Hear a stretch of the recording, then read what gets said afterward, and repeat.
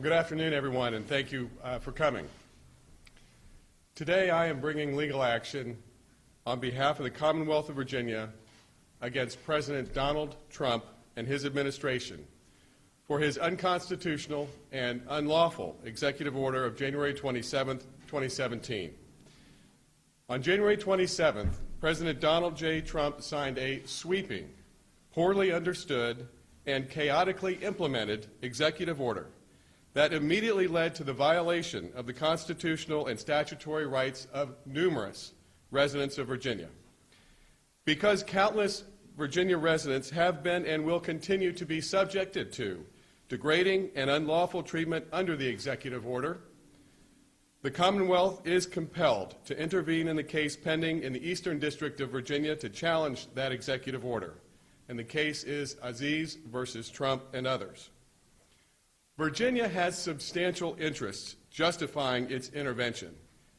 And make no mistake, the Commonwealth of Virginia and our people are already being harmed by this ban. I am bringing this action because the Commonwealth has an overriding interest in the well-being of its lawful permanent residents, as well as residents who have been living in the Commonwealth, attending school under valid visas at our colleges and universities, and working at our universities, in our hospitals, and at our Virginia businesses.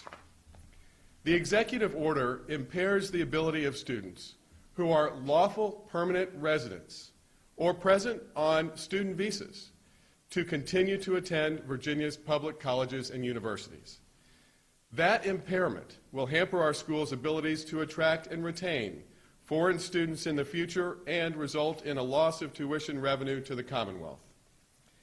The executive order also hinders the travel of faculty members and other educational personnel employed by the Commonwealth of Virginia and its public colleges and universities. Faculty members and students who are unable to travel likely would be forced to forfeit their grant monies and abandon research and other projects. Such problems are not theoretical. They are happening as we speak. As an example, there are more than 100 students at Virginia Commonwealth University alone who are now unable to leave to visit their families or re-enter the United States to continue their education. Identical stories are found on campuses all across Virginia.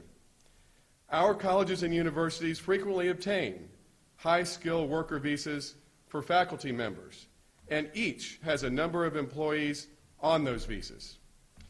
After the January 27 executive order, those employees can no longer enter or exit and re-enter the United States.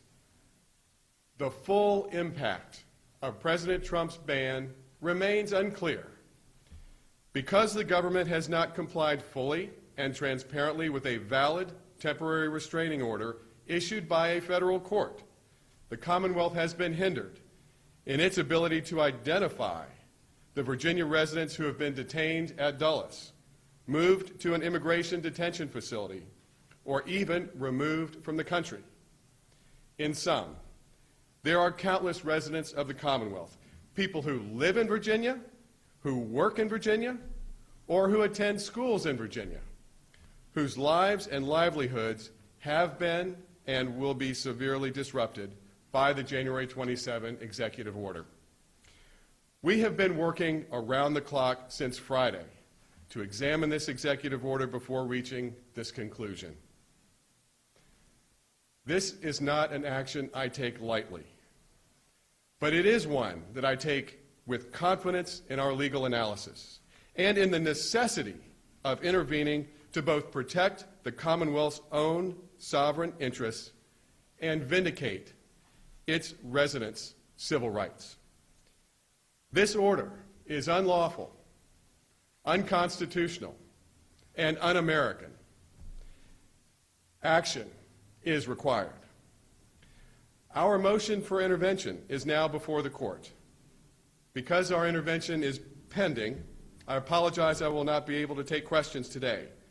Once our intervention is approved, we will have more to share on our legal arguments and how we intend to move forward. Governor? Well, I want to thank the Attorney General today for his courageous move This is important for the Commonwealth of Virginia. Since Friday, the Attorney General's office as well as the Governor's office have been receiving calls from folks from all throughout the Commonwealth. They wanted us to take action. I asked the Attorney General's team to look at whatever legal remedies we may have available to us. On Saturday, the Attorney General and I were at the airport, full well knowing that there were families there being detained, including a family with 2 young children with U.S. passports who were detained for hours at our Virginia airport. I'm the governor of the Commonwealth that was founded on religious freedom. This is a principle that we all can never forget, and we need to continually to fight for. This is a value system here in our Commonwealth and our great country. As the Attorney General said, we have great institutions of higher learning here in the Commonwealth of Virginia. Students, teachers from all over the globe who are now concerned about their ability to travel. Students afraid to come back, teachers afraid to come back. I have been notified by scores of companies who are now worried about their employees, whether they can get back into the United States of America or should they travel abroad to do business, fearful that their employees cannot come back. This is not the United States of America that we know. So I want to thank the Attorney General for his leadership on this role on behalf of the Commonwealth of Virginia, and we look forward to getting a resolution to this issue very soon. This is very important for green card holders, for legal permanent residents who have already been vetted, who have already been granted access to our great country, and now some of them are fearful that they will be detained. So I want to thank the Attorney General for his efforts today on behalf of the Commonwealth of Virginia. All right. Again, thank you all very much for coming.